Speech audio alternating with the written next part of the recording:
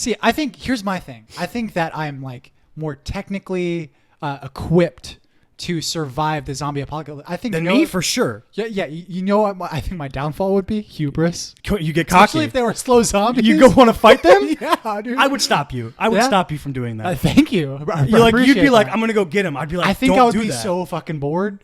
Think about like you're not gonna have any internet. Yeah, it'd be rough.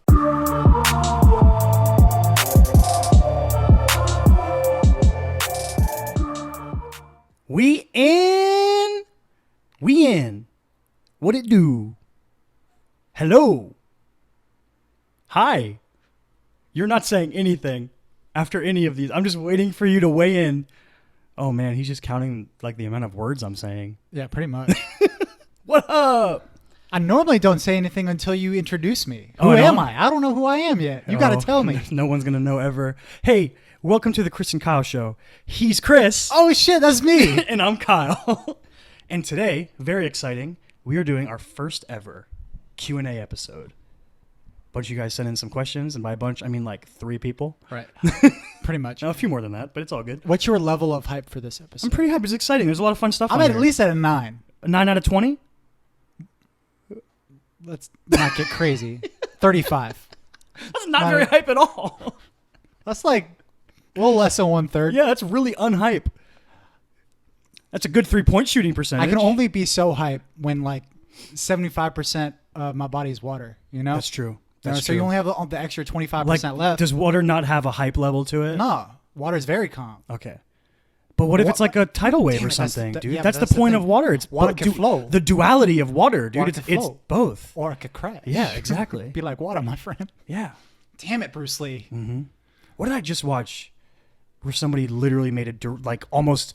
There was a character who literally talked about being like water. That was in Cowboy Bebop. Oh, it was? Okay. Yeah. Which we just recorded. Coming this Thursday. Yeah, we just recorded our spoiler episode for the poll winner last month, Cowboy Bebop. We just finished recording. That's a good episode. Check that out. Mm-hmm. But we're going to dive into some of these questions. So let's thank some of these people. Thank you, Karina, Kate, Stoltz, Derek. What's up, Derek? I miss you, buddy. Stephanie, who we apparently never shout out. Right. Eric Harris, Keith, who's been on the show before. You guys might remember him. Is it Xavier or Xavier? It's Xavier. Like you say the X? Xavier. Why would you say Xavier? Some people do. Xavier? Yeah. Yeah? Gomez. We'll just say Gomez. Way easier. Jamie's on here somewhere. Jameson. Mm-hmm. Fucking trying to troll us. Thinks we don't have an answer about bionicles. I think that's everybody. Did I get everybody? Mm-hmm. And anybody who did send in questions that we didn't answer, so we're gonna try and combine some of these questions into one question, and some of them are kind of whatever similar. we didn't get to, we're trying to cut this episode because we got like 25 questions. Yeah, we tried to keep things in sort of subjects, meaning Chris did all the work and gave me a list of questions to ask, pretty much, and they're color coded. Mm-hmm. He did really well, guys. Yeah. All right, let's dive in. You want to jump right in? Let's do it. Our first question. Wait, so are you going to ask all of the questions? Yeah. Can we mix it up? I mean, if you want to, but I'm in charge here. I run the show. I'll let you ask some questions if you want. You say that you run the show, but it can't get edited. No. I'm the on-screen captain of the ship. You're the engineer. So you're like the face. You're the one who actually makes things work. I'm just the one who intros and outros. Fair enough. And I write the what's-a-mahoozies. The what's-a-mahoozies? Yeah, the thing on the thing. The timestamps. Yeah, I do those for you. All right. Anyway, the first question. Starting off hot, by the way. This is a good question. Yeah. What book would you most like to be made into a movie or TV show? I instantly had a answer to this question. Okay. I didn't have to do any research at all. So my number one thing that I would like to get made into a TV show is a graphic novel. I don't know if that's breaking the rules. Can I guess? Go ahead. Mouse. No. That would be interesting. Do an anime. It would have to be animated because they're all mice. I mean, does it though? I mean, Lion King and Jungle Book exist. And Cats is coming out. So dude, there was that fucking amazing test footage for that one mouse thing, Mouse Guard or whatever it's called. That shit looked amazing. Yeah, but You haven't read Mouse, so No. you don't really like understand. It's like why. a weird racism thing. There's like Nazis and shit, right? But like there's like an importance to the cartooniness okay, of Mouse. okay. We're already off the rails. No, dude. this is I great. love this. This is good. great. Yeah, this is good.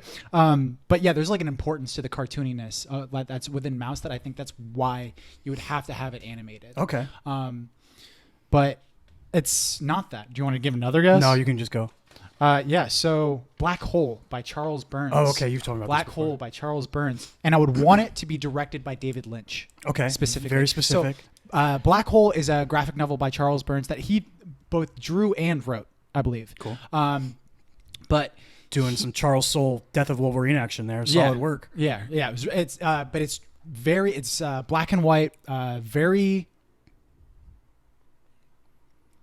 I don't know if "fucked up" is the right word, but it's basically about this like mid '70s Seattle, and about these teenagers, and they're basically there's this sexually transmitted disease that's going around the high school or whatever, and it basically like makes you fucking like deformed. Ugh, that sounds awful. It makes one person like grow a mouth in their neck that actually like talks, like it like whispers shit to thank them. you. There's like people that like are growing limbs and holes and like scales and shit. Like it's just like a really fucked up STD. And I'm like, every time I think about that graphic novel, That would have I'm like, really provocative imagery in like a movie or something. yeah. That could be really cool. And I'm like, and I think David Lynch, like if David Lynch just wanted to do the fucking Elephant Man thing and just shoot it all in black and white, fucking do it, baby. Yeah, it's all good. Like, yeah, but that's like number one. Like, So- I wish that was happening. My initial reaction to this, because I misread it the first time I saw it, I didn't see the TV show part. Oh. And my hipster reaction was nothing. There's nothing I want to see turned into a movie because I think every book that gets turned into a movie needs more time. Okay. So my answer would be turn anything into a TV show. Okay. Now, I don't know if I have any... My next hipster reaction to this was, rather than have something made into something for the first time, there are things that I wish they would do better. Like the Aragon movie or the Percy Jackson movies. Stories that I really love that were just made into really bad movies. Did you already like them before the movies came out? I had not read Aragon before the movie came out. I had read Percy Jackson. Did you see Aragon and then... Yes, I saw the Aragon movie first. Okay. Yeah. Before you read it. Before I ever read it, yeah. Because that came out a really long time ago. Right. Movie's fucking shit. Mm-hmm. But I think like it's kind of one of those weird movies where if you haven't read the book and you were a kid, you might have liked that movie. You Yeah. and like dragons. Mm-hmm. You know? Jeremy Irons. Jeremy Irons. That's what great, kids get excited about, Great right? casting as Brom. That's what kids get He's excited great about. Jeremy cast. Irons. He could still play that character. Like that character's supposed to be super old. Mm-hmm. So like I have a bunch of those. My weirdest one is this. If in the next 15 to 20 years, okay, if in 15 to 20 years from now, they do not make a new series of films starring Daniel Radcliffe, Emma Watson, and Rupert Grint as Harry, Ron, and Hermione as adults, if they don't do that, then by that time, I would like to see the Harry Potter books turn into a TV show. Okay. Not That'd be movies. Not movies.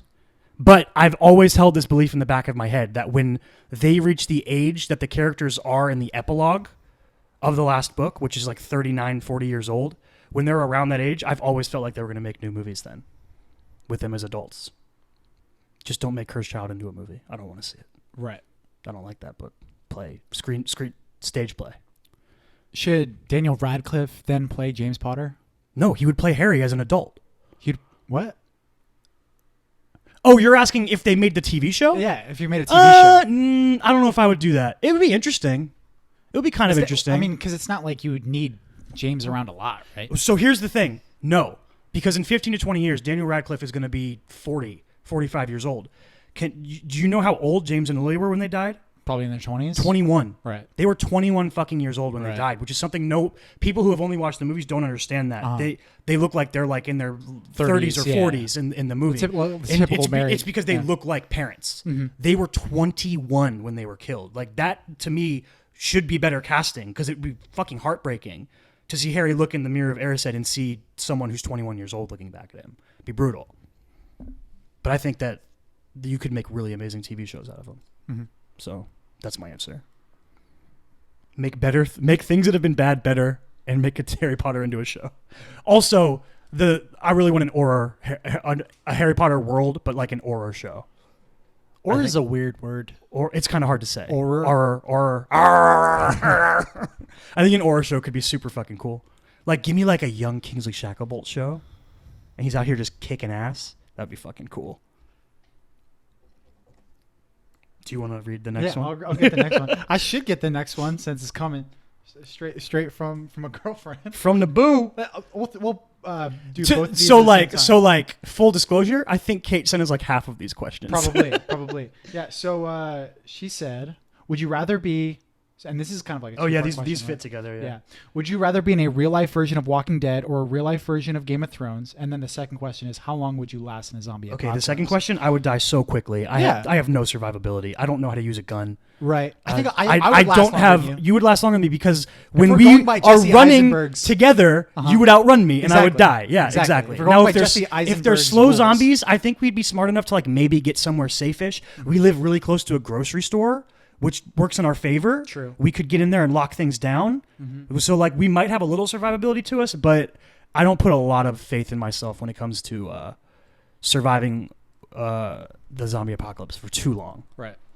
Although I think I'm also the kind of person that if I made it there's like a grace period, right, where everything's horrible and then things settle down and you live in these weird communities with like walls and everyone knows their roles and protect you. I think if I got to that point, I think I could be a really good member of society. Yeah. I think I'd make like a really good gardener. Okay. Yeah. I think I could thrive in that world. Is it weird to think that you might be like happier in that kind of society? Is it weird to think that? It's certainly weird to think that because it's an awful society. Like the world is awful at that point. Yeah. But like there'd be a lot. It's like that thing where like when people who aren't rich think that rich people don't have problems, you like just don't realize the different types of problems that you end up with at different parts of life. So I just feel like we would lose a lot of the current problems we have, but we would gain brand new ones. So I don't think it'd be like that. I think there might be a really strong sense of community though, and I think satisfaction in a village like that. Like if you knew that you were fucking gardening for and I was feeding the whole community, you would get a lot more satisfaction than doing a stupid podcast. So that's my answer to the second part. Right. How long, you don't think? See, I think here's my thing. I think that I'm like more technically equipped to survive the zombie apocalypse. I think me for sure. Yeah. You know what? I think my downfall would be hubris. You get cocky. Especially if they were slow zombies. You go want to fight them? Yeah, dude. I would stop you. I would stop you from doing that. Thank you. You'd be like, I'm gonna go get him. I'd be like, I think I would be so fucking bored. Think about like you're not gonna have any internet. Yeah, it'd be rough. It'd be like. If you could find a way to like build an enclosure like village with a library inside, that'd be dope. Right. Or like if you could find like if we could go down to the Grove and like wall that shit in, that'd be a great place to set up shop. That's a good place. This is like that all that market shit. You have like a whole bunch of different ovens and like a whole bunch. I think there's like a Bed Bath and Beyond in there. Yep. It's a fucking cheesecake factory. Oh yeah, this is good. As long as you got cheesecake, you ready. But yeah, like that place would be really good to hold. If you could wall that in and hold that down. Yeah. Just like it's like its own little village. That would be dope. Now, going back to the first question, would you rather live in a Walking Dead This is easy universe? For me.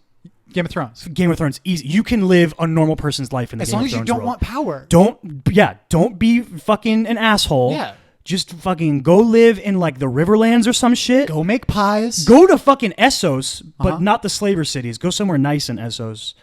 Just avoid. Is Essos the south? No, east. Where do the Westeros, Essos. Gotcha. Yeah, that makes sense. You could go south though for sure. Go hang out with the Martells. Oh yeah, they have good looking women. It's hot down there. I can go down there. It's hot down there. That's fine. It's like Miami. It's true. You're right. That might be the place to be. Fucking cocaine capital of the world.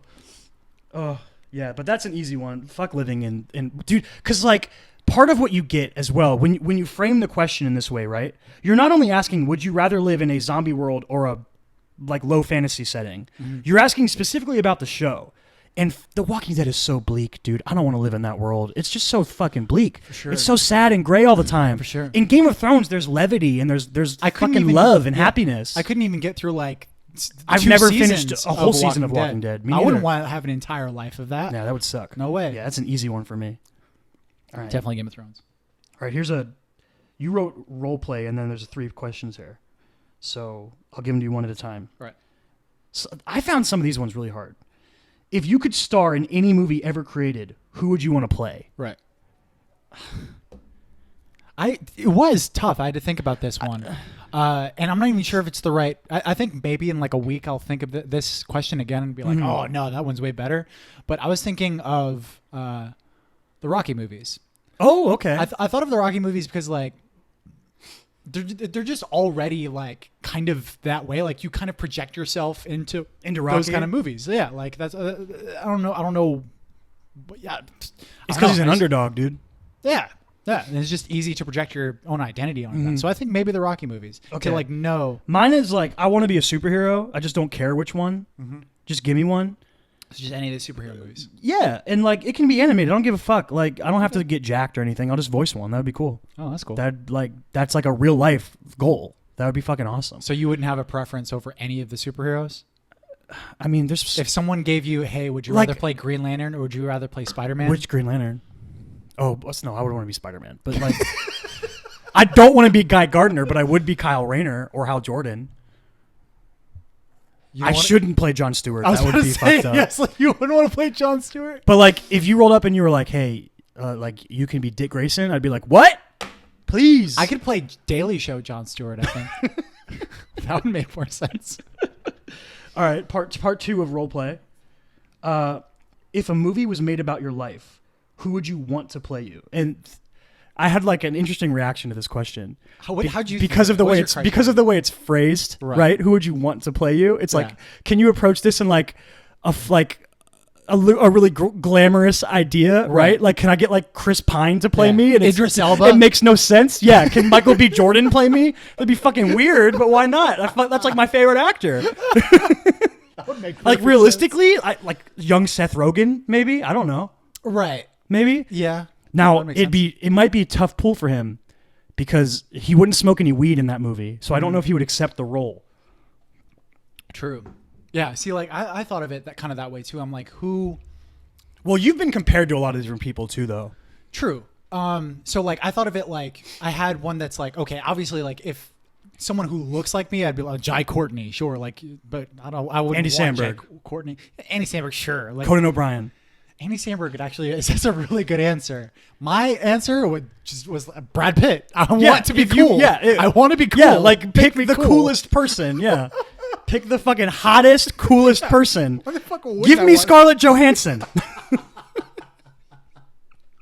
She's so talented, she could do it. Yeah. And then, all right, I loved this question.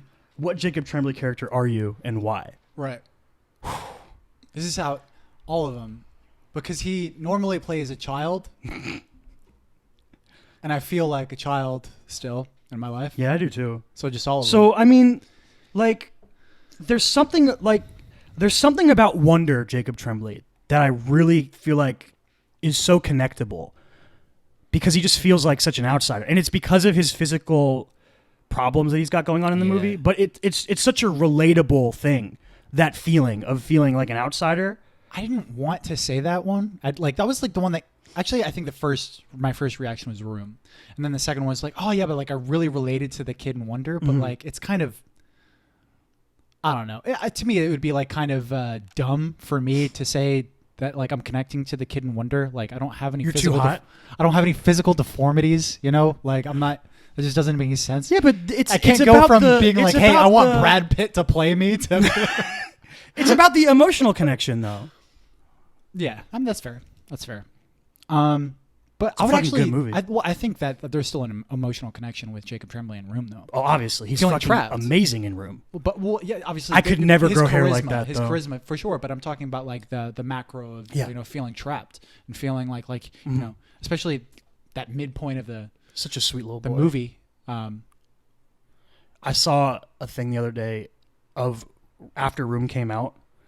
Jacob Tremblay was on Billy on the Street with Billy Eichner, and he was just like walking around New York being like, this is Jacob Tremblay, and then he was just like so nice to everybody, and like all these like old ladies were and they were like, you were so wonderful in the film, and he was like, thank you. And then there was like this one like girl, and Billy Eichner like was like, hey, and he talked to the mom, and then he's like, who's this? And she's like, this is my daughter, blah blah blah. And he's like, what do you do? And the girl's like, I'm just I'm just a normal kid. And he's like, Jacob, get out of here. It's just really funny. Billy Eichner's a funny guy. But yeah, I think you're right, though. Your initial answer, which we are all Jacob Tremblay. We are all in all situations.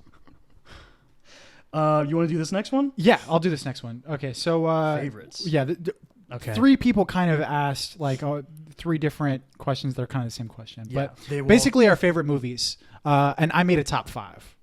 Did you do a whole top 10? I really struggled with this.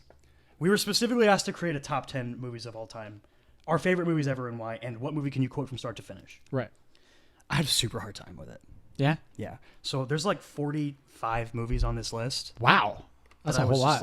I was just writing down, I was like, any movie that I think of that like has a strong emotional resonance with me, I'll write it down and then I'll try to whittle it down to 10. Right. And I think I whittled it down to 6 that would definitely be in. And then there's like 35 to 40 that could compete for the next 4 spots. Okay. I was thinking about what kind of crossover we might have. You said you have a top 5. So I want to try to guess your. I have a bigger file. So I have a bigger file on my computer that's like 30 movies, and Okay. I recently like looked back on it. So like I made this while I was in nuke school. Okay, that's and pretty when I long look ago. back, yeah, well, it was long ago. So Yeah. I was like looking back on it, I'm like, that movie's not on there still. Like that, I remember watching that. You fucking real recently. you hate My Dinner with Andre now. Yeah, I definitely liked My Dinner with Andre right after I saw it. I liked it so much that I put it Okay, on my. I'm going to try to guess your top 5. Go ahead. We definitely have crossover on The Dark Knight. That would be one guess. Okay. You definitely have Ex Machina on there. Mm-hmm. The Social Network. Mm-hmm. Oh, I feel like I had like 4 or 5 for you earlier, and I can't remember the other ones now. I'm going to go with those 3 and see if they're on there.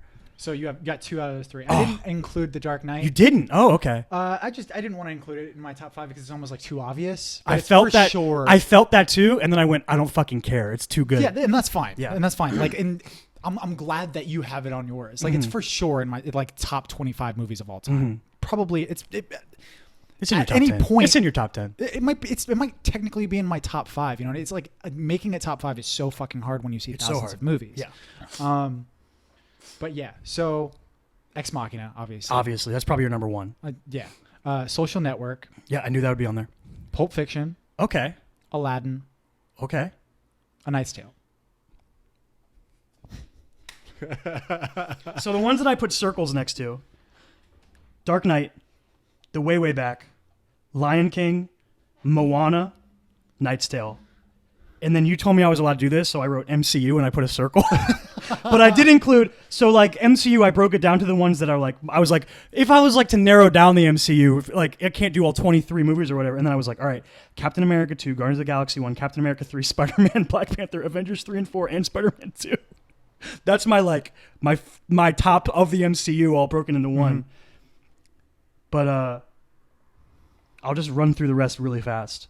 Spectacular Now, Disney's Hercules, Pokemon the movie, Pokemon 2000, Star Wars episodes 5, 7, and 8, Whiplash, Spider-Man Into the Spider-Verse, Glory Road, How to Train Your Dragon 2, La La Land, Moulin Rouge, Pitch Perfect, Chronicle, Shrek, About Time, 500 Days of Summer, Edge of 17, Crazy Stupid Love, Love Simon, Princess Bride, Juno, Booksmart, 8th Grade, Like Crazy, Perks of Being a Wallflower, Me, Earl and the Dying Girl, and Inside Llewyn Davis. Like Crazy is in your list, huh?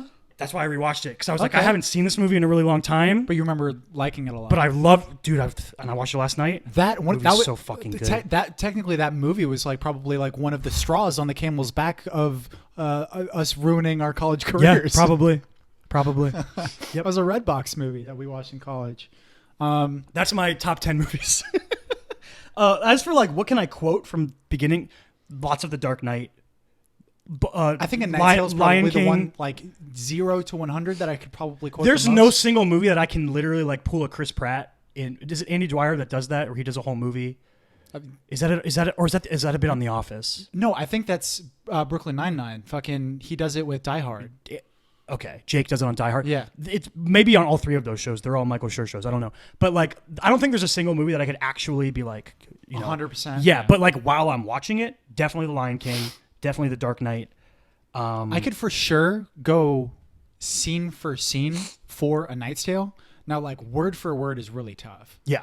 And I think it would be easier to do on something like A Knight's Tale.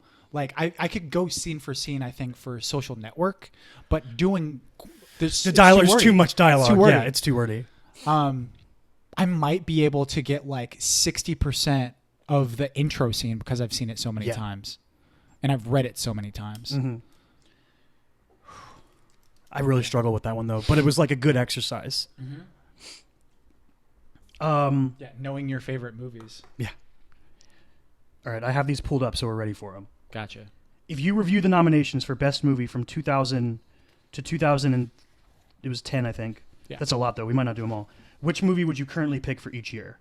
Do you have them printed out there? So I have only 2000 to 2004 printed out. Okay. So we can go past that. So you want to just go by year? 2010. Winner. You were going backwards? Yeah. Okay. I'm I was sorry. going to go 2000. I didn't go back far enough. My bad. I didn't scroll far enough. Now I'm ready. 2000. Right. Now, fair warning, I probably haven't seen a bunch of these movies. Right. Like I'm going to guess that you probably haven't seen like 70%. Yeah. Gladiator, Chocolate, Crouching Tiger, Hidden Dragon, Aaron Brockovich, Traffic. I haven't seen any of them. I don't have an answer. You haven't seen Gladiator? Nope. Gladiator 1. I've seen all these movies except Chocolat. that Gladiator. I'm just giving it to Gladiator. I really like Crouching Tiger, Hidden Dragon. I really like Aaron Brockovich. Fucking Julia Roberts' performance in that. Fucking incredible. Okay. 2001. I've got a couple here. But yeah, I would still give it to Gladiator. I really, really like Gladiator. A lot of people think that it's overrated. I think it's so fucking fun. Was that Ridley Scott or Tony Scott? Ridley. Was it Ridley? Okay, yeah. But yeah, that's a really good movie, and I think that it has a lot of emotional resonance. Really fucking fun. Super long, right? Yeah, but it's not like homework long. Yeah. You know, it's a fucking fun movie. All right, 2001. Winner was A Beautiful Mind. Yep. Gosford Park, which I've never heard of. In the Bedroom, never heard of. Never heard of it in the bedroom. The Lord of the Rings, The Fellowship of the Ring, and which Moulin I've never Rouge. heard of. I mean, I just read my long list of favorite movies, and Moulin Rouge was on there. Yeah, Moulin Rouge. I don't know if you guys know this, but me and Chris could sing the Elephant Love Medley right now. Either role for either of us, and we could go all the way. You're talking about quoting from top to bottom. We can do the whole Elephant Love Medley. Yeah, true. We could do that. And I like how you say either role for either of us, as if I would ever not play Nicole Kidman's character. That's true. And like, going back to an earlier question, I would love if Ewan McGregor played me in a movie. So I'll be Christian. It's fine. Yeah, fair. But yeah, I mean, like, I'm a little hesitant because the Lord of the Rings movies are fucking great. But I don't think that Fellowship is the best one. So I'm going to say, for my personal favorite of all of these, it's going to be Moulin Rouge. 2002. Well, and over the next 3 years, you're going to be faced with that exact same. 2002, problem. we had The Winner was Chicago. We had Gangs of New York. I'm saying Moulin Rouge as well. I'm not sure if I thought you said it already. Yeah, I did. The Hours, Lord of the Rings, The Two Towers, and The Pianist. Gotta pronounce that. Pianist. The Pianist. I've only seen Lord of the Rings, so I'm going to pick it. Gangs of New York. I haven't seen Gangs of New York or Chicago. Gangs of New York is such. I would guess really that Gangs of New York, like in hindsight, probably should have won this. Yeah, probably. It just seems like it has a little bit more cultural relevance. Scorsese seems like, you know what I mean? Yeah, maybe. Plus, the next year, Lord of the Rings won, so it got its Oscar win. 2003, we've got Lord of the Rings: Return of the King, Lost in Translation, Master and Commander, The Far Side of the World, Mystic River, and Seabiscuit. Fucking Seabiscuit got Oscar nom? That's Tobey Maguire, right? Yeah. Again, I've only seen Lord of the Rings out of these, so I'm going to pick it again. And it won in real life. So. I've seen all of these except for Master and Commander and Mystic River.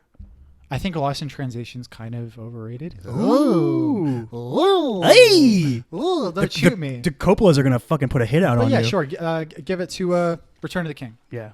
2004, we've got another movie you're probably going to think is overrated and winner, $1 Million Baby.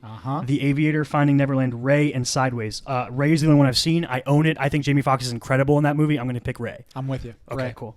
And I know you think $1 Million Baby is overrated. I do. I knew it. I do. 2005, I've got winner was Crash. We've got Brokeback Mountain. We've got Capote. Good Night and Good Luck. Capote. Capote, dude. It's named after Truman Capote. And Munich. I haven't seen any of these. Okay, say them again. Crash, Brokeback Mountain, Capote, Good Night and Good Luck, Munich. Spielberg. You're gonna think this is a joke, but Brokeback Mountain. No, I would probably guess that Brokeback Mountain probably should have won that. Well, it's kind of again based on cultural relevance. For sure, based on cultural, it's very important. But it's also like it's kind of like a punchline. You know what I mean? Like, Yeah. you can call someone Brokeback Mountain if they're acting but gay. it's stupid. It's But- a high school joke. Yeah, for sure. Or Navy joke, I guess. Okay. But like, Yeah, they're kind of the same. yeah, pretty much.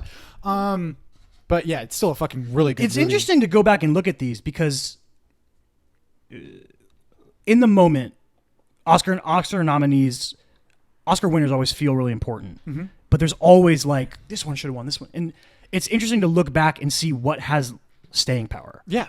And like maybe 2 of the ones that have won so far have more staying power than other ones on the list with it. Well, so Which is interesting. my brother was the one that submitted this question, right? And I was talking to him earlier on the phone about how like this is kind of an important question as far as evaluating movies because of exactly that the staying power of movies, right? And how hard it is to like really gauge things like that are very topical in the moment, you know, and gauging how good a movie is going to be in 10, 15, 20 years, right?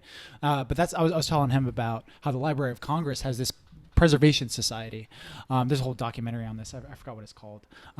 But basically, like every year they induct movies, Like a Hall of Fame? like a Hall of Fame. That's cool. That they choose to preserve on That's physical film. super cool. Like because there's a lot of movies, especially around the turn of the century, like really old films that were even nominated for Oscars that we've lost to time because they've just gotten old and they fucking nobody was really doing the work Keep to taking really care of preserve them. them. Yeah. Right. So they've been preserving them at the Library of Congress for a while, and one of the criteria is that it has to exist, like have been released for over 10 years or 15 years or something like that. So, you know, it gives them enough time to, you know, strongly evaluate how these movies are doing.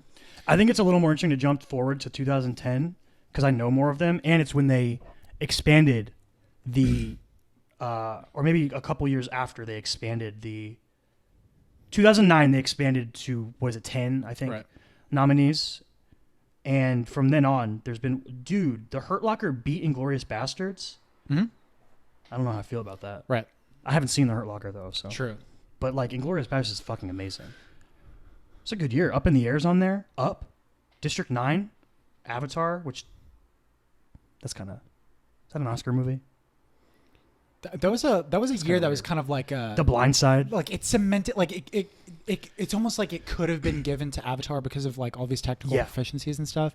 But people were like the fact that they went with Hurt Locker,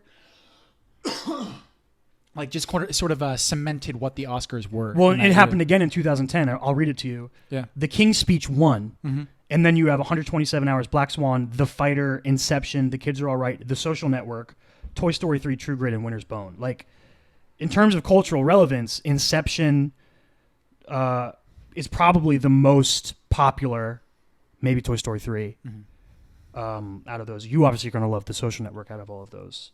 But it's like, who looks back on the King's Speech and is like, talks about how influential it was on movies anymore? Yeah. I don't know. Yeah. It's interesting. You want to do the next one? Yeah, moving on. Oh, shit. Oh, I'm doing the question? All right, so, what was your favorite fairy tale growing up? I don't have an answer for this. I don't. You don't? What qualifies? See, that's because like Disney movies are all like fairy tales. Like Aladdin is a fairy tale. Yeah. Right. So like technically, if you're doing my favorite fairy tale is the Tale of the Three Brothers from the 7th Harry Potter book. Okay. Fair. Deathly Hallows, bitch. Fair. I just like found a list of fairy tales and I was like, what's the first one that like jumps off the page for me that isn't a Disney movie, that like it doesn't have something that's sort of like, I thought of like The Tortoise and the Hare. Yeah, maybe like, is that a fairy tale or is that what is it called? It's a folk tale, but the things with a message. There's a name for them. I can't remember. I don't know. Tip of the tongue. Tip of the tongue. Okay, so I thought of The Boy Who Cried Wolf. That was okay. Yeah, that was like the thing that like jumped. Like I remember as a kid, I was like, yeah, don't fucking lie. Don't fucking lie. A Fable. Okay, I think is what I was thinking of. Yeah, I don't like. I feel like because we live in a society with so many different forms of media for storytelling, we don't need to rely on the passing down of fairy tales for stories anymore. Does that make sense? It's just developed into they a just get different retold thing. in different ways. So I don't like when you ask me about my favorite fairy tale, I just don't even know what qualifies. It's just a weird, like that's a fucking medieval idea, sort of. Not even medieval, but like I don't know, like Outdated. Outdated idea. Yeah. Yeah. Like it almost seems like what you're wondering is more kind of like what stories did you love as a kid? You know what I mean? And that would be like Lion King and Hercules and like Pokemon and shit like that. Like Also kind of like Goldilocks, though. yeah. Yeah. Tangled really... Wait, Goldilocks and Three Bears. Sorry, I was thinking of Rapunzel. Jeez, fucking amateur. Well, when you over say here, dude. locks, I think hair. Goldilocks is good, though. Goldilocks and the Three Bears. Yeah. That's Solid. 3 beers that you drink. The Bears. It's a solid one. The Bears. What event in your life would make a good movie? Is your life as boring as mine? And like the answer is basically none event. Really? You would say no event? I thought of one, but it wouldn't even make a whole movie. Mine is the exact opposite. Oh yeah. All of it. And not quoting A Knight's Tale, right? All of human activity lies within an artist's scope. Maybe Fair not enough. yours. Fair enough. That's the end of the quote. Yeah. Is that Paul Bettany? Yeah. Yeah. He's playing Chaucer. Geoffrey Chaucer. Yeah. He's amazing in that movie. Yeah, he's really fun. He's a fun character. Dude, A Knight's Tale is one of the best, like, if they knew that in like 10 to 15 years, the amount of cultural crossover they had going on in their movie, it'd be mind-blowing. Like, it's so funny. They've got a Marvel character. They've got a Game of Thrones character. They've got the Joker. They've got fucking Alan Tudyk is in everything. Like, but I legit but I'm not kidding around. Like I was like, that's not just a joke that I'm saying there. Like I legit think that like a majority of the things that I've gone through in my life, like I can somehow adapt into. Like I think you that can all draw of inspiration on. Yeah, for sure. Like and there's big events as well. Like obviously like my experiences within the Navy. Yeah, I think that could be made into a movie. I wouldn't make it as is. If I were to make a movie, you wouldn't make a biopic. No, Yeah, I wouldn't. And that's kind of how I thought about it. if I were to make a Navy movie, it would be like a Mel Brooks movie. There would be like musicals and shit. Okay. Like it would be It'd be completely wacko. ridiculous because like I wouldn't want it to be like super melodramatic. Like because like I would be fucking the main subject would be like me going through depression and shit. Yeah. So I would have to Be throw a really in good a lot of scene. ridiculous There'd stuff be a in really good scene though of you punching pipes on a ship. there. Yeah. That'd be a good scene. You could do like a fucking Kevin Bacon style fucking So like not Flashdance, fucking Footloose, Footloose sequence. Where I'm just like dancing in the engine rooms and shit. really angry dancing. Yeah. Yeah, like I thought, and I was like, I don't know, like there's a my cousin saved my life once, and it'd be a good scene in a movie. I like fell into a freezing cold river, and she was like fresh into the Coast Guard, I think at that point, and she just fucking like dove in and like saved me. That's kind of cool. She'd be like a good action hero. There's no emotion or anything that you think that you could base a movie around. I didn't think or a about story the around. question in that way. Okay. I just thought about it like a biopic sort of, and I don't do anything. Like, why would you want to watch this movie? But I'm sure, yeah, there's definitely like emotions you can draw on because like, how else do you relate to characters in movies that exist if they're not things that you've already gone through in some way? I think a lot of it would be like emotions of like, kind of feeling like an outsider or loneliness and shit like that you could draw on and stuff like that. Yeah. Number 9. I'll get this one. So if there is an 1980s sitcom about your life, what would it be called? And what would the theme song be like? Oh, I forgot a part of my answer for the last one. If you were to make a movie about my life, it wouldn't be just about me and be about my family. It'd be a road trip movie. That's the realest answer. Okay. A road trip movie about my family because weird shit always happens to us. That's the answer. All right. Yeah. Anyway, this one. We're the Wiswells. Literally, it'd be like fucking Vacation or those kinds of movies. Yeah. 1980s sitcom. I feel like a sitcom would be about us in some weird way. Probably. Oh yeah, we could. Yeah. We could definitely do that. Yeah. What's our shtick though? Like, because usually it's like, We the need really clean to- one we and the need- really dirty one. We need to adopt a baby to spice it up. Okay. Not really. Yeah. I'm buying it. I'm greenlighting this. If I'm a producer, I'm greenlighting it. No, I don't like. 1980s is very specific. I don't know what it is about the 80s that makes it different than other sitcom eras. Do you know what I'm talking about? I mean, they're just kind of like more. Is that like sticky. Cheers? They're more. I think Cheers Like is Friends late is the 90s. Friends, Friends started in '94. When did Fresh Prince start? 90s, I think. 90s. Yeah. I don't really like. Full House. MASH? Is MASH a sitcom? Or is MASH a drama? I don't even know what MASH was. Home Improvement probably started in the 80s, right? Maybe 80s. the late 80s. I don't know. Well, it was around for like fucking 25 years. Okay. It was on for a long Yeah, I don't while. know. Like I don't know if I have enough 80s sitcom knowledge to know how to answer this properly. This is my immediate answer. Like it just came to the head. It was the sitcom's called Johnny Makes a Mistake, and it's just me going like this. I'm shrugging. You're for the Johnny. audio. Yeah, I'm Johnny. Do you have a weird voice? I feel like you'd have a weird voice. Maybe. I feel like I would just end up being Urkel. Okay. Yeah, what would your theme song be like? I don't know. What's a Lots of harmonica. okay? Got to do that. Okay. Lots of harmonica. Would you have a lot of like the characters looking at the camera and smiling? Because it's the 80s. I would. Was Full House the But 90s or the only me. 80s? I'm Will Smith. Do you play everybody? I'm the only person that can look into the camera. Oh, What? okay. You're not Eddie Murphying. Eddie Murphy? I don't Eddie know who. Murphying. You're not playing all the characters. It's I you're could the do only- that though. Yeah, why not? But only the main character gets to look in. Yeah. Only one character gets to Jim face. Yeah, Okay. for sure. All right. Yeah. That's a tough one. And kind of in the same vein, if you had a theme song, what would it be? I knew the answer to this way too quickly because What's yours? So in high school, I think it was in like youth group or something, somebody asked us this question, and two my buddies, Anthony and Tyler, answered on my behalf without hesitation. And they said The Lazy Song by Bruno Mars. And I was like, yeah, makes sense. Yep. That fits. That's fair. That's fair. Mine's Milkshake. Brings all the boys to the yard. Yep. I don't know Next if that question. I don't know if that fits, to be honest. Next question. Who? Ooh, okay, this is a good one. Yeah. Who is the better artist?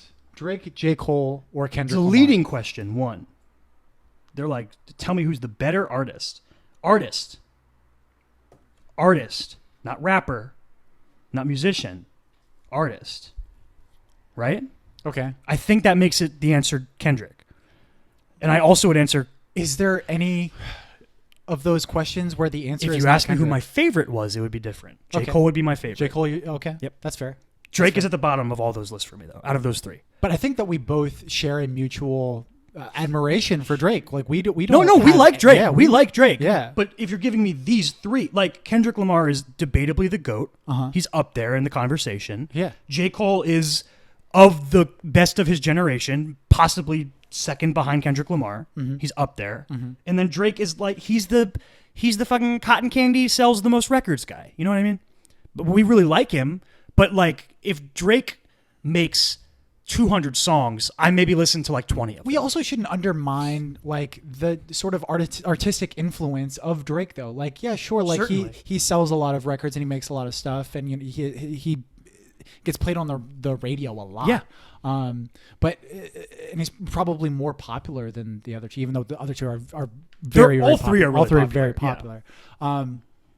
But None of these guys are like Boss or something. Like, right. or our boy Saba. But Drake still has music that's still like just hold on, I'm coming home, and like it's still like Certainly. hits with you. Marvin's Room still hits you. Yeah, you know? there's like Drake has some great stuff, and it's just like It's I so said, emotional. his output is just too much for me. He makes too much stuff, and a lot of it I don't care about. and it's not as culturally yeah, relevant certainly. as J. Cole or or Kendrick. Yeah, yeah, but like J. Cole is probably my favorite rapper. Mm-hmm. So, yeah, like pretty much every version of that list you could make, I think Kendrick would be the top, and J. Cole would be second, and Drake third. Mm-hmm. You want to do the next one? Oh, we're gonna save. So Yeah. we got asked preseason nominations for NBA awards, but we're gonna save that. Yeah. We'll probably do like a whole NBA preview episode when the season gets closer. Yeah, for sure. Yeah, but the next question, another sports question. Are the videos of Ben Simmons shooting real, or does he have a shooting They're double? real because his form is so jacked up. You Right. can tell they're real. Yeah. They're definitely real. Just don't say double too loud because Devin Booker will get a. You planned that joke. I know you planned that. I know you planned that. You gotta write jokes, dude. So yeah, they're definitely real. They're real. The real question about it's a joke. The question is a joke, right? But like the sentiment of the question is, can he realistically add this? Maybe. I don't know. Well, and we also like talked about this. Step one of adding it, fucking start doing it in the game. You can't just never do it. Right. But even if he starts doing it next season and he's shooting 25%, how much is that going to influence his game and the game of I think people it'll around help. him? I honestly think it'll help. Mm-hmm. If Orlando, you're going to be better at this than me. Right. If Orlando Magic Shaq was in the NBA today, what would be his stat line? So that's like prime Shaq. I had like, to look up the actual who's prime numbers. Shaq? Magic or Lakers? That's debatable because it's almost like two different versions of Shaq, and he obviously won rings. The rings Ernie argument would tell you that it's Lakers Shaq, right? But and physical prime might be Magic Shaq. Well, and the way that this question is phrased though, because it's talking about in the NBA today, right? Yeah. If Orlando Shaq Magic shoot. Shaq was in the NBA Shaq today, still can't shoot. Shaq still can't shoot. He wasn't Can't able shoot to free shoot throws. He wasn't able to shoot throughout his entire career. But he would still put up at least 20 and 10 every game, and probably more, I would guess. So while he was on the Magic, he averaged like 26 and 12, I think. I looked at the stats. Okay.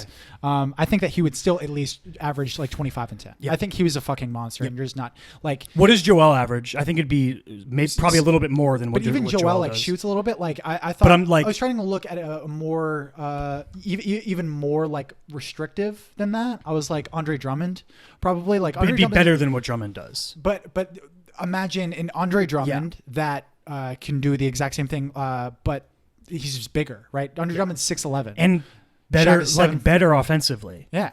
Shaq was like fucking really good in the post and shit. And more athletic. Yeah. Shaq was a complete freak. Yeah. So, and the other part that I was thinking about with this question is that like, okay, if you're putting Shaq, like a 19-year-old Shaq coming out of LSU or whatever, right? Did he spend 1 year or 2 years in LSU? I don't know. But anyway, so if you're putting a fucking 19 to 22-year-old Shaq in the NBA today, did he grow up shooting more? You know what I mean? Because like, I don't think that's in the spirit of the question. Yeah. It's not if Shaq grew up now. It's if you could transplant that Shaq.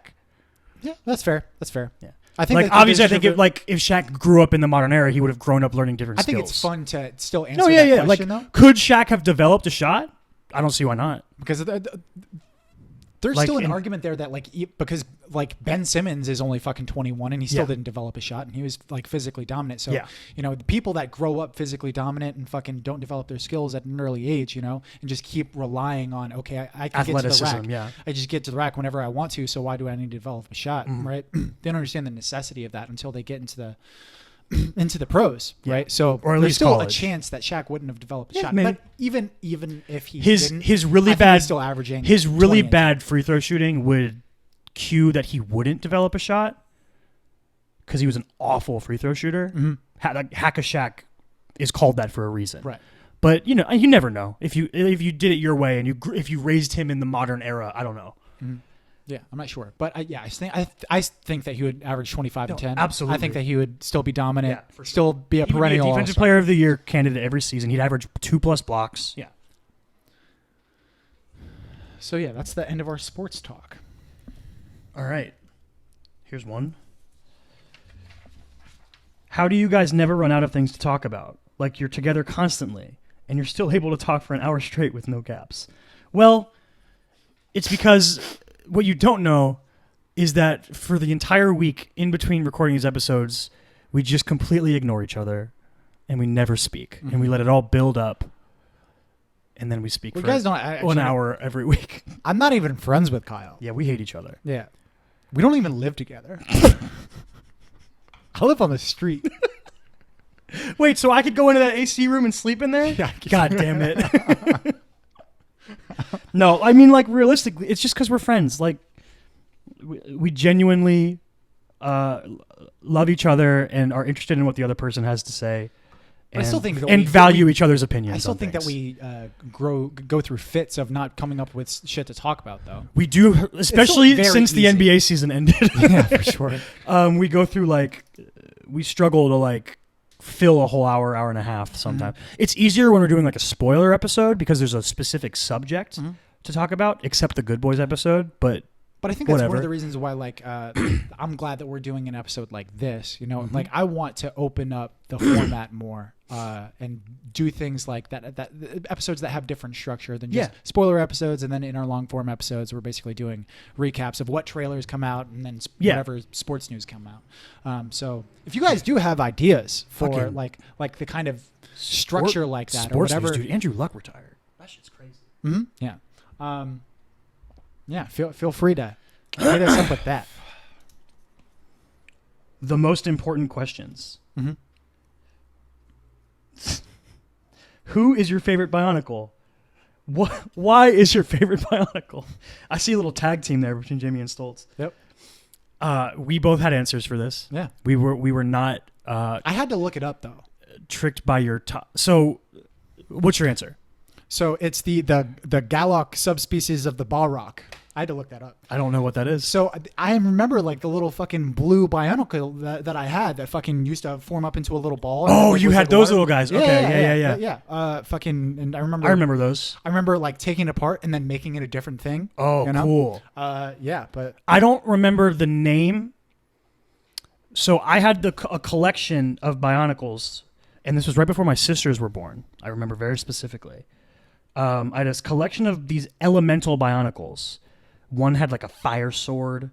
There was one with there was an ice one that had a sword and a shield, and they all had cool signature weapons and body parts, and they were all a different colored mask, and they each represented a different element, which I've always been a sucker for that kind of shit. And there was a movie about them and stuff. I don't remember any of their names, but those were my favorite, and probably the fire one was the coolest because he had a fire sword. I think his name was Tuwana or something like that. Yeah. What was the third part there? Oh, why is your favorite Bionicle? Because they're fucking cool. Oh, the reason I remember being my sisters is because when they were born, I remember for some reason I vividly remember my mom being like, "You have to keep those Bionicles up high, otherwise your sisters will eat them and die." I was like, okay. It's a weird memory. What's this third part? This seems not for me. Are you sure? Because I have never had, nor am I capable of growing this thing. It's from Derek. He says, when is the owl fro coming back? Yeah, when is the owl fro coming back? Yeah. I'm pretty sure that's for me. It's got to be. Never, Derek. Chris sorry. Chris used to have a really nice afro-like hairstyle. Yeah. Back in the day. Twice. The reason that middle school and college. Do you know why specifically it's called an owl fro? Nope, I didn't. I thought it was a typo at first. So I'm pretty sure it's Mally Gillespie. Okay. Who fucking lives out in LA now. I just had coffee with her a couple weeks ago. I'm pretty sure she was the one that took a picture of me. But it was somebody in middle school that took a picture of me while my fro is at its peak in 7th grade. Chris used to have a pick and everything. Yeah. What was it called? Pick Jagger. Yeah, that's right, it was. Pick Jagger. Don't be ashamed. That's a good name for your pick, dude. Pick Jagger. Yeah, but I had a really big fro, and whoever took a picture of me, right, said, "Hey, Chris," and I turned around. Oh. And I made a weird pucker thing with my lips, and I looked like an I was hooting. Okay, yeah, that's fun. Owl fro. I didn't know what that meant. Now I know. All right. Oh man. All right, can I do this one? Yeah. All right, so we're getting to historical figures now. All right, so if you could have dinner with a historical figure, who would it be, and why? And he says it's a cliche question, but it's classic. And if it's not Teddy Roosevelt, you're wrong. I'm going to be honest, it's not Teddy Roosevelt. No. So I have a really hard time with this, right? Because there's a lot of ways you can go. There's a bunch of different routes you can take. But the thing you have to, you have dinner with them. A lot of people, are we having dinner today? We're going to go to fucking a Thai place and have some food? Uh-huh. We're going to blow so many people.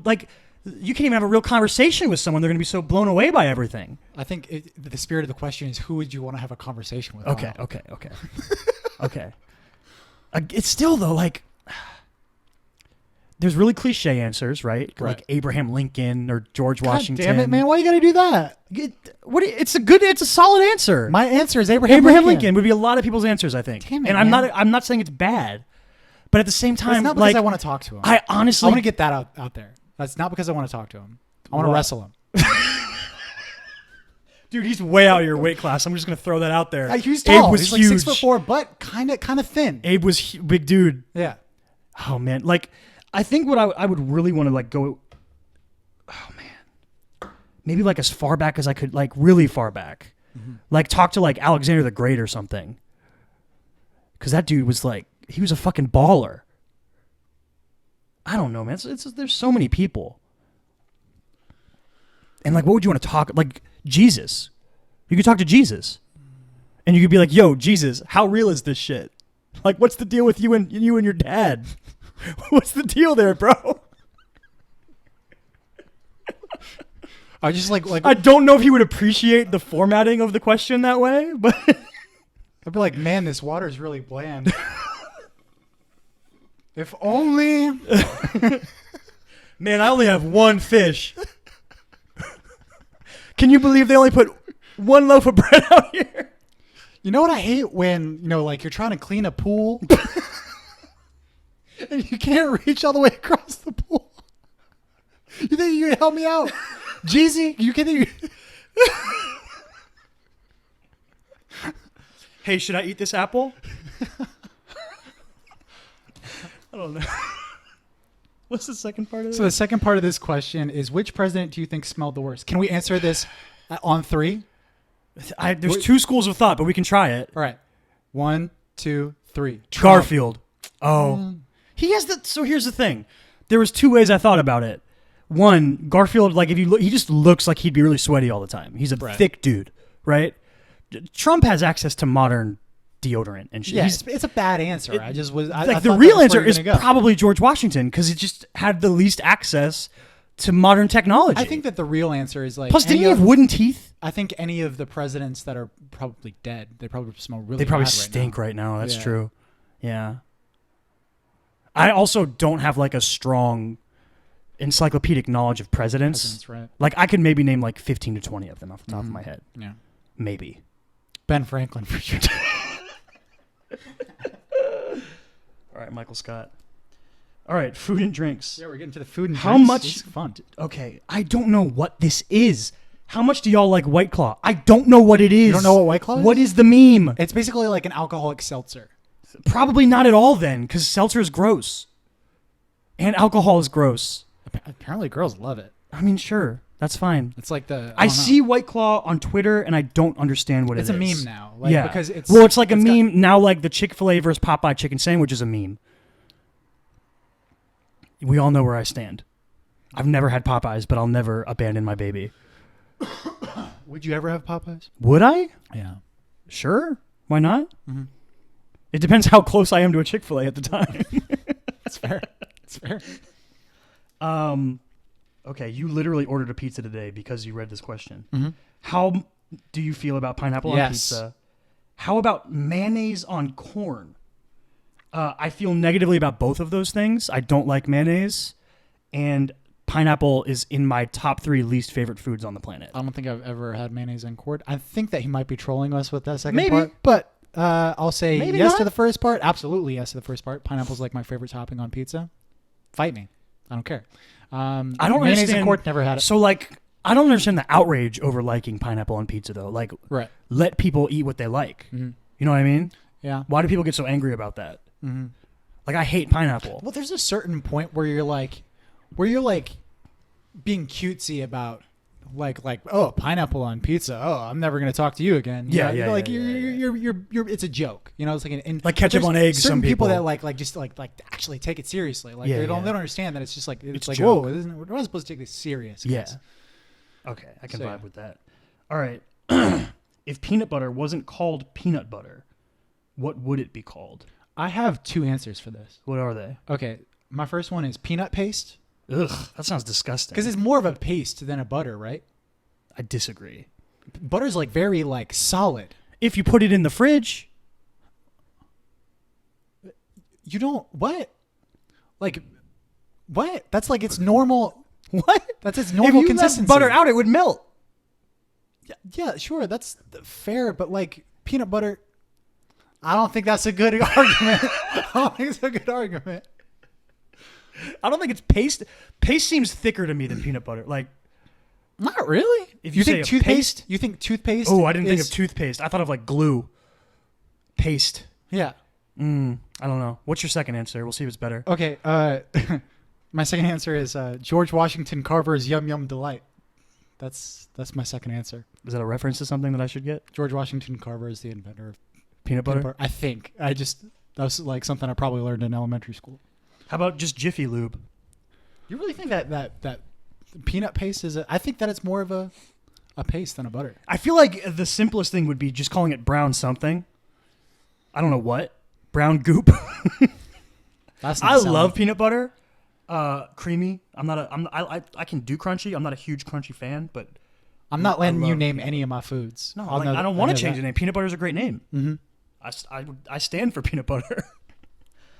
What are the limits of what you can put on top of French fries? Does it exist? Right. So this This is in the probably- spirit of our pizza talk we just had. Spirit of the pizza talk, right? It's also very the fucking mayonnaise on fries conversation is a pretty it's in the zeitgeist of of American culture because of Pulp Fiction. Mm-hmm. It was like one of the first conversations in Pulp Fiction, right, between Vincent Vega and Jules. Yeah, Jules. Samuel L. Jackson's character and John Travolta's character, they talk about mayonnaise on fries and how popular that is in Europe. I would not eat that. Now, here's the thing, though. Have you ever made fancy sauce? What's fancy sauce? You never. So like ketchup, mayonnaise, hot sauce. I wouldn't eat that. You wouldn't eat it. I don't like mayo. Have you ever had? Would you have it on a burger? No. You wouldn't have fancy I don't sauce like on a mayo. burger, even when it's mixed with that kind of I shit. don't like mayo. Like if I order a Baconator, I'm like, yo, no mayo. Okay, Yeah. fair. But like, is there a limit? No. Do whatever you want. It's fucking your food. Like, would it be weird to like put a Frosty on your French fries? Well, sure. Dip it is better, but Let's not be ridiculous here. We can't be too liberal, dude, poutine exists. Yeah, and that's some, fine. It's That some makes sense. wackadoodle shit. But that makes sense. But like, there's plenty of things that you probably wouldn't want on your fries, and nobody should probably like. I don't want AIDS on my fries. That's not a food I don't want. or a condiment. It didn't say. It says, "What are the limits?" The spirit of the question. I'm going off the question. It says, "What are the limits?" Okay, of I what- guess the limit and- is like as long as it's a food, you're fine. Like a food or a seasoning, you're fine. Sure. Yeah. Does seasoning count as food, or is it its own thing? Yeah, it's some type of edible. Something. Yeah. Okay. Okay. I feel like these food questions are just horrible because I don't like anything. So I'm like, So you're I'm just so really picky. boring. I'm Yeah. just so boring for these. What kind of person would you have to be to see an animal eat coffee beans, poop them out, and then think I can still make coffee from that? So again, like for me, you can just show me some fresh coffee beans and I don't care because I don't like coffee. Right. So I don't want to make coffee from them. So, I mean, for you, what kind of person would you have I think to be? that you have to be a Gomez kind of person. Okay. He's the person that asked that question. Yeah. You got to be a Gomez kind of person. Okay, that makes sense. Straight up weirdo. You want this next one? All right. Yeah. This is a tough one. I don't know how to answer it. Yeah. Who is the worst stand-up comic that is famous but shouldn't be? I don't know enough about stand-up comedy to have a real answer You know my for this. first one? Who? Cosby. Oh, that's the answer. But That's here's the thing, answer. though. But here's the thing, though. Like, he's actually a really good stand-up. Yeah, he's but an like he's amazing a fucking stand-up. awful person. Yeah, but the question, right? The spirit of the question is, who's the worst stand-up comic? Like, I mean, he is the worst. He's the worst person. He's the worst person that was a stand-up comic But- that we know about. But Here's another one. give me like an actual like. I think Carlos Mencia. Is he the dude that had the joke stealing thing? He was like very active in how he fucking like he proactively stole from comics. He would literally. He's like the Lance Armstrong of joke stealing. I don't know what that means. Like He- he's just the biggest cheater. Well, did he lie a lot about it too? Yes, Yeah. but like it was like more egregious than that. Like at least Lance was like you could tell he was being a person, you know, like he he was upfront about it. He was at in some dodgeball, point. dude. Yeah, but you could tell that like Lance was just still a human. You know what I mean? Like Carlos like would literally like go to open mics, write down the shit that people were saying, and then go on the next night before that comic. And say all of their material and shit. He just did really fucking awful shit. That's crazy. And almost like everybody that he worked with, like he stole some shit from them. And like the most egregious thing, I fucking referenced Bill Cosby, right? He stole a bit that Bill Cosby did in one of his most popular fucking specials called Himself. Fuck? Yeah, Bill Cosby Himself, one of the greatest fucking stand-up specials of all time. Asterisk. And he, asterisk, right? And fucking, I mean, he didn't rape anybody on stage. That's how I'm gonna justify It's not it. part of the stand-up special. But yeah, so like he straight up stole an entire bit from Bill Cosby from that special that happened fucking 20 years earlier, 30 years earlier, whatever it was. That's crazy. Yeah. So probably Carlos Mencia. But I feel like that's kind of an easy. I'll agree with that. I don't like. I would be. I would be arsed the way you use that word. I would be arsed to think of 10 stand-up comics off the top of my head. Arsed? I think that's how you can use that word. Arsed? I think so. Arsed. Yeah. That's a word? Well, arse is like I know. ass for I British know. people. That's weird, dude. It's weird because I actually have arse coming up as one of my answers in the later question. Oh, really? But like I know it's a word, but like I've never heard it used. I in think that you can sense. use it that way. I couldn't think of a lot of stand-up comics off the top of my head. Like maybe like 10, maybe. I'm not sure how many I could think of. But like you love stand-up comedy. You know a lot more comics than I But do. there's never been a stand-up.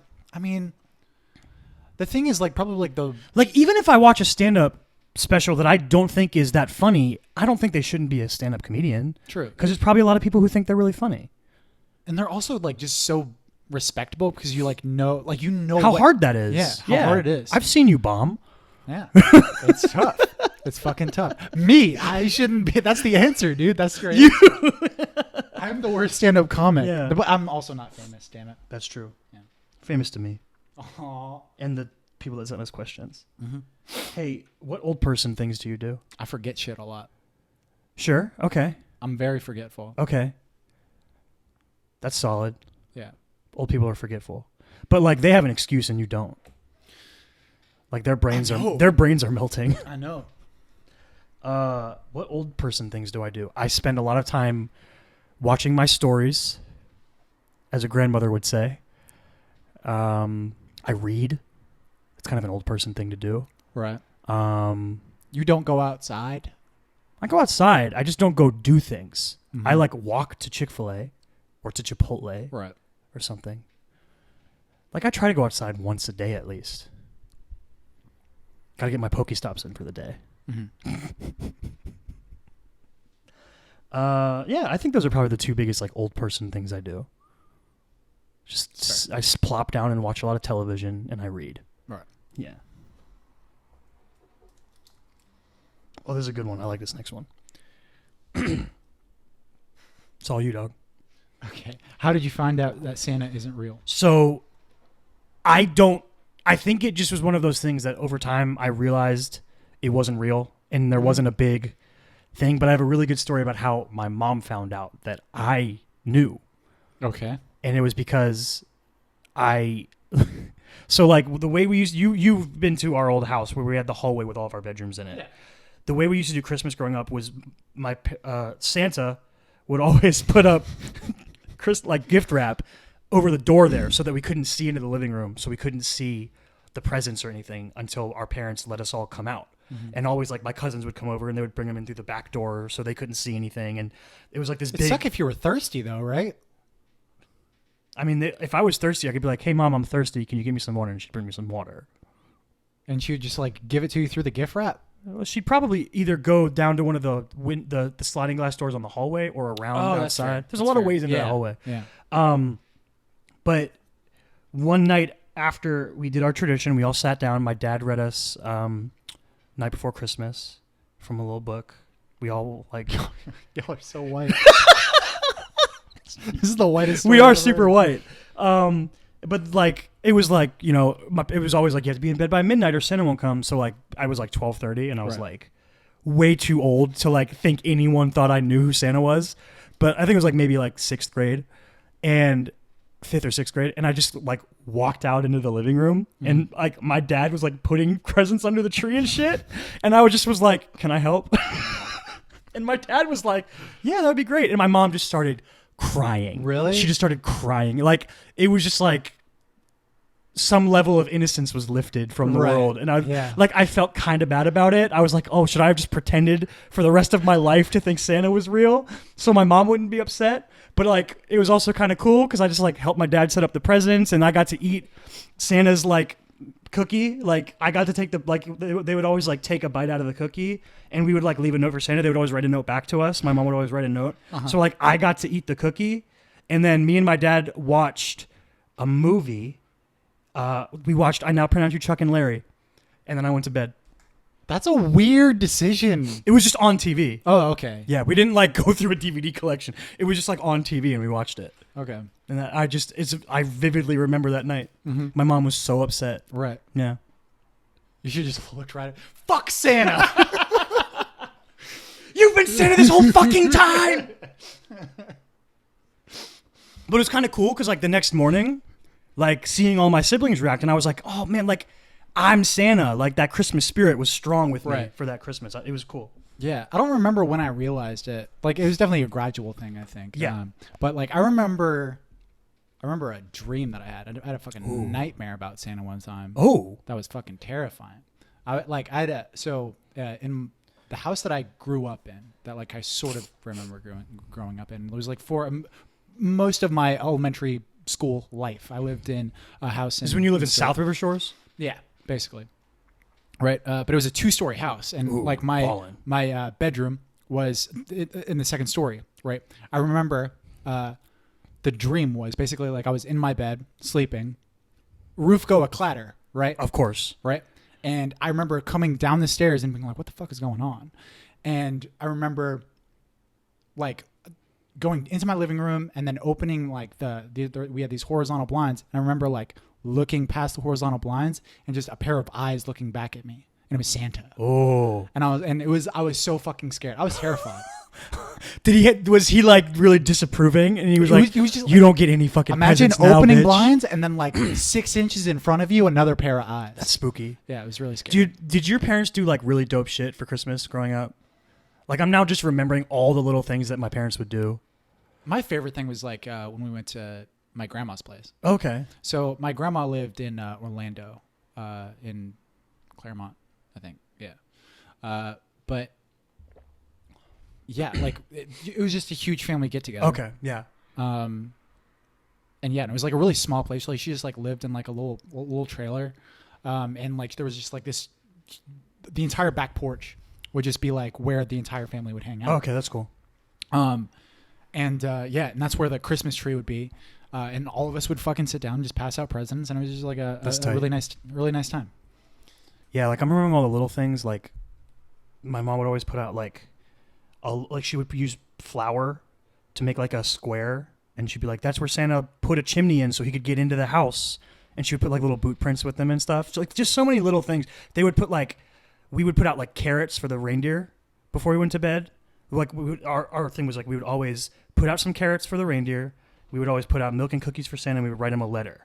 And we'd be like, thank you, and like stay safe, and tell Rudolph we say hi, shit like that. And like my parents would like bite carrots in half and leave them in the front yard. And like they just did so many little things to make it so special, you know what I mean? I wonder, and like in hindsight, that's so fucking awesome. I wonder if it's going to be different for your youngest sibling, because like that's the difference between my us, sisters. Right? Yeah, the fact that you're the oldest sibling of your family and I'm the youngest. Yeah, like is that Christmas magic more real for me? Where like my parents were kind of like they were done with it at that point. I mean, my parents stayed doing that. I think until I was done with high school. Mm-hmm. Yeah. Like they kept doing all those things. I would help them do it. Like, yeah. Did you have like Christmas Day? Like, was there steps to your Christmas Day? Like, you weren't allowed to open presents until a certain point. Like a routine? Yeah. It depends. Like, not really. There weren't really like it was. We had nice very strict. Like, we weren't allowed out of the hallway until like they were ready to let us out, and they all had to be ready with their cameras and shit, and they would come out, we would break through the wrapping paper, and we were only allowed to look at our presents, and we would all like look at them and be like try to guess what they are and stuff, and then we'd go to church, and then we would come back, we'd have to eat breakfast, and my dad's family has this tradition of making orange pancakes. He basically makes like an orange sauce, but like none of us like it, and it's like I feel really bad about it because it's like this family tradition, and all of his kids are like, that's disgusting. Except I think my sister might like it, like Morgan I think likes it. But like it's like I like now I kind of feel bad about it because I'm like, this is like your family's thing, and like none of us care. But like we weren't allowed to open presents until we were all like until everyone was done eating. So like the kids would be on the couch like, all of you adults finish eating so we can open our presents. It'd be like so much later in the day. Yeah. And then like later on in my life, I started like forcing us to watch basketball during Christmas. I'd be like, can I just put it on in the background? Right. I love Christmas. It's my favorite holiday. Mm-hmm. Hey, what's your favorite curse word? So my favorite is shit. Really? Yeah, I think shit's my favorite. I really like shit. My favorite is fuck. It's the most flexible. Yeah, but it was too easy of an answer. It's just, fuck is too easy of an answer. So I was like, oh, yeah, I'll go with shit. Actually, any really situation, like dude. You can just throw fuck into any situation. Yeah, it's not. I don't think that shit is. Shit is still like pretty versatile, but probably not as versatile. Definitely not as versatile. You know what's like a sleeper? I don't even know if it counts as a curse word. What? I think it's a good insult. I love wanker. Ooh, the British insult. Well, so you brought up arse. Yeah. Earlier, like arse is a very British word. That's my least favorite curse word. I hate the word arse. It's barely a curse word. Yeah. It's just ass, but British. I don't like it. It's like how the British say it. I don't like it. Why don't you like it? I don't know. Say ass. It's a very Why do you say crisps and not chips, you fucking wanker? It's very American. I just don't like it. It just doesn't hit my ear right. That's funny. Oh, this is a good one. Oh, these last two are pretty solid. Okay. Mm-hmm. Yeah. Last couple here. Yeah, so we got two left. You got this one? Yeah. So dream job with a dream company. Can be a current company or one that you would create. So I think ours is probably going to be the same one. Well, I mean, this is another one where like I feel like there's a lot of different routes you could take it. Right. I think like the ultimate dream would be to have a production company. Mm-hmm. But like as a podcaster, like I think working on The Ringer would be super cool. Mm-hmm. Yeah. That would be like in terms of podcasting dreams. Mm-hmm. I think The Ringer would be like the perfect. I think that like our style of thinking and stuff that we like would fit in well with them too. It's definitely an environment that I would enjoy, and I think that I would be happy. But I think, but like, I've thought about. Do you want to be like a professional podcaster? Because I mean, like, it's a legitimate possibility. Like, I could, half major in journalism and try to like apply for to work at The Ringer. Like their offices are in LA. That would be cool. It's a possibility. You should do that, and then tell everyone that I'm super talented. But the problem with that is like I don't think that I would get as much of an artistic satisfaction out of it. Yeah. But it doesn't have to be something like you do forever at the same time. That's fair. Yeah. So I definitely would enjoy. Yeah, I think that would be super cool. I mean, there's just different spirits to the question. I think the number one dream job would be to run a production company that's really dedicated to finding really creative and talented people and help them get their stuff made. Like something like A24, but doing it but not just for film. Yeah, not just movies. Doing it for music and doing it for fucking I would want to help like people have really good video game ideas. Yeah. Comics, book, like anything. Mm-hmm. Yeah, that would be my ultimate. Yeah. For sure. And I think that we're on the same page as far as like running a company like that is like that's our absolute pipe dream. Yeah. Yeah. I also would really enjoy being a teacher. I would just like. I've always like if I ever give up on the the LA dreams, that's what I'll do. I'll go back to school for being a teacher. What would you teach? What would I teach? Yeah. High school? Psychology, probably. So like college? You can teach psychology in high school. That's true. I think I would be like an English teacher, high school English teacher. Have like a writing club. Here's the thing. Yeah. So like I would want to be a part of like a creative writing club or something. I think I would really enjoy that, but I'm not sure if I would really want to go into English because I don't consider myself a good writer. Mm-hmm. Like, and I don't really know shit about grammar. Like I'm not very good with that. That seems like more of like an elementary middle school thing though, grammar. I don't know. Like you always have to like when you grade papers and shit, but like, you know what I mean? Oh, I would want to help. I would want to be involved in some Yeah. way of like writing, But like I kids that also- want to write. I also, I had so many English teachers that I disliked. So Okay. I think I would also be really inspired to not be like them. Yeah, I'd want to be like Mr. Farrow, dude. Right. I loved that class. Yeah. We were in that class Or together. do you remember Mr. Sanchez? How cool he was? He was the. The history teacher. I never had. We had it. a couple different Sanchez's. Never had There him. was the sports coach. I forgot what his sporty. I had him. For Spanish? no. Oh, okay. No, we had. Never mind. I was thinking of the basketball coach, the old guy that we had for that one history class. That was combined with Mr. Farrow's. Remember, we took like half and half. Was his name Sanchez? No, but he was old, and he talked like this. Right. Yeah. He had a very like Yeah. he did like a Jack Nicholson kind of thin lip That dude thing. knew everyone in that class was cheating. In hindsight, do you ever think about that? Yeah. Remember we had to do those like daily things, and it was like a paragraph we had to answer, and everyone just copied each other's. I don't remember anything. You don't remember that? I remember us sitting in the back of the class and Yeah. being like, "Hey, do you want to go to college together?" I remember that. Yeah. And I don't remember that specifically. I remember because so like we had block scheduling in high school, so we had our classes lasted one semester, but they were like 100 minutes long. That class in particular was like half and half over one semester, but half of it was with this old coach for a history class, and the other half was economics with Mr. Farrow. Yeah. That class was kick ass. Economics. Because me, you, and Connor Shaw always worked on dope projects together, Right. and we created stupid bullshit, and Yeah. Mr. Farrow loved it. Yeah. Suprex, I think it was called, our Yeah. superhero pill. Yeah. We designed a fucking dome for our sports fields at our Yeah. school. We had the Man Academy. We had good ideas. Yeah. What happened to completely us? Unpractical, Unpractical but awesome Impractical, ideas. ridiculous ideas. Yeah, it was fun. Yeah. Fucking.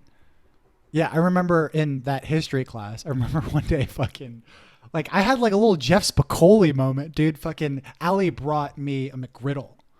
And I was eating it I remember in class. this. Do you remember Yes. that? And he was like, "What are you doing?" I was like, "You can't just eat in class." I was like, "Why is that a big deal?" I was like, "What?" And he was like, "Did you bring enough for everyone?" I'm like, "No." That'll be so many McGriddles. I should have just been like, "If I'm here and you're here, wouldn't that be considered our time?" That's how you get Sent to the office? Yeah, that's like Written up? that's like the Harry to Snape line. Oh, I can't remember what it is. Oh, he calls Snape, and then he says like sir. He's like, "Call me sir," or says sir or something. And then Harry's like, "No need to call me sir, Professor." He fucking roasts Snape's ass, and everyone's like, "Oh!" All right, last one. If you had to define a place as your most relaxing place in the world, what would it be? All right. You want to go first? No, I'm asking you. Oh, okay. Right here at this table, dude. Oh, It's very relaxing. that's so But really, sweet. though, in my bed, that was very relaxing. It's so It was much more way too- comfortable in there. Yeah, way You've more got the comfortable. AC unit. It's For fucking sure. hot as shit out My here. bed's crazy comfortable, Yeah. too. I mean, like, I think about when we used to live in our old house in Pinecrest. When I just really needed, like, to be alone, I needed to chill out and think, I would go on our roof at night. You got I a would- roof? Yeah, I would just go up there and I would lay out there at night, and it was super fucking relaxing. Right. I loved it up there. Yeah. I see. I didn't really have, like, a roof like that I could easily access. I used to climb a tree and sit in the same spot in my tree. Yeah, It's similar. just like someone with high I used to like on cool nights. I was just like, I was doing that fucking teenager fucking edgelord shit, and I was Right. like, I need a loan. I would go out because I had like a back door. This is how much this is how much of a fucking opposite of a problem child I was. I had a back door out of our house that I could like, if I was an unruly teen, I could have escaped whenever I wanted. Right. But my parents were like, he doesn't do anything ever. Who fucking gives a shit about him? Yeah. He'll never like escape out the back door. But I would go out that door and I would climb up onto our roof. I would just fucking lay up there. Right. And one time, my mom like freaked out, and I heard her like screaming because she thought I was gone. She was like, Kyle, where are you? And I was like, oh, and I like went back down, and I went in there, and then I just like acted like I was in the bathroom the whole time. Oh, really? Yeah, because I was like, I'm not supposed to be on the roof because like it's dangerous, but like it's the fucking roof. You know, it's fine. Yeah. Fucking Elton John can stay up there. you Yeah. know? Fiddlers can be up there. Yeah. Fucking roof builders. All right. That is the last question. This was fun. Yeah, I enjoy this. Yeah, we should should do it this again. more often. We'll do it again. Do it another time. Yeah, I think we'll just wrap it. We're not gonna do. We're gonna do shout outs or anything? I didn't really prepare. No, we won't. shout-out. No, we'll save shout outs for our next numbered episode. Yeah, I guess that's it. Thanks so much, guys, for sending in your questions. We had a ton of fun. Talked about some like random shit. I love Christmas. Hit us up on all of the social network platforms. ChrisMichaelStott.com on his website. You can read his scripts. Chris Michael Stott on Instagram. Davenport25 for me, Twitter and Instagram. The show, The Chris and Kyle Show. Facebook, Instagram, YouTube, all podcasting platforms. tcaks pod on Twitter. We are going to be putting up a poll for this month. The Christopher Nolan showdown, Interstellar or Inception. Take your choice. Choose wisely. We're going to do that poll a week earlier than usual because of the way the scheduling of some of the movies coming out this month is working. This Thursday, though, we mentioned at the top of the episode, we have our winner of the last poll, Cowboy Bebop. So get hyped for that. I thought that was like a good episode. Yeah, it was solid. You came so prepared. Yeah. You have so many notes. really did a carry job. Well, I think I always have the most notes for the things that like I understand the least, because I always have to like dive in and do more research. But it's not just like the things you understand, but it's the things that you don't grasp fully. Yeah. Things that really need a rewatch, or like could do it with a rewatch, and you like. Like if there's something that ignited a sort of passion in you, you wanna learn more. That and like I also don't want to like there's just so many people out there that just absolutely love Cowboy Bebop. Yeah, you don't want to do like a disservice obviously, to Cowboy Bebop. I mean, you also don't want to do a disservice to our listeners. Yeah, they voted for it. They voted for it. Man. Pretty landslide victory too. Yeah. So I still might watch Neon Genesis just because it's so lauded. Evangelion. Nailed it. All right, guys. Thanks so much. It's been super fun. We will be back later in the week. We out. Stay weird.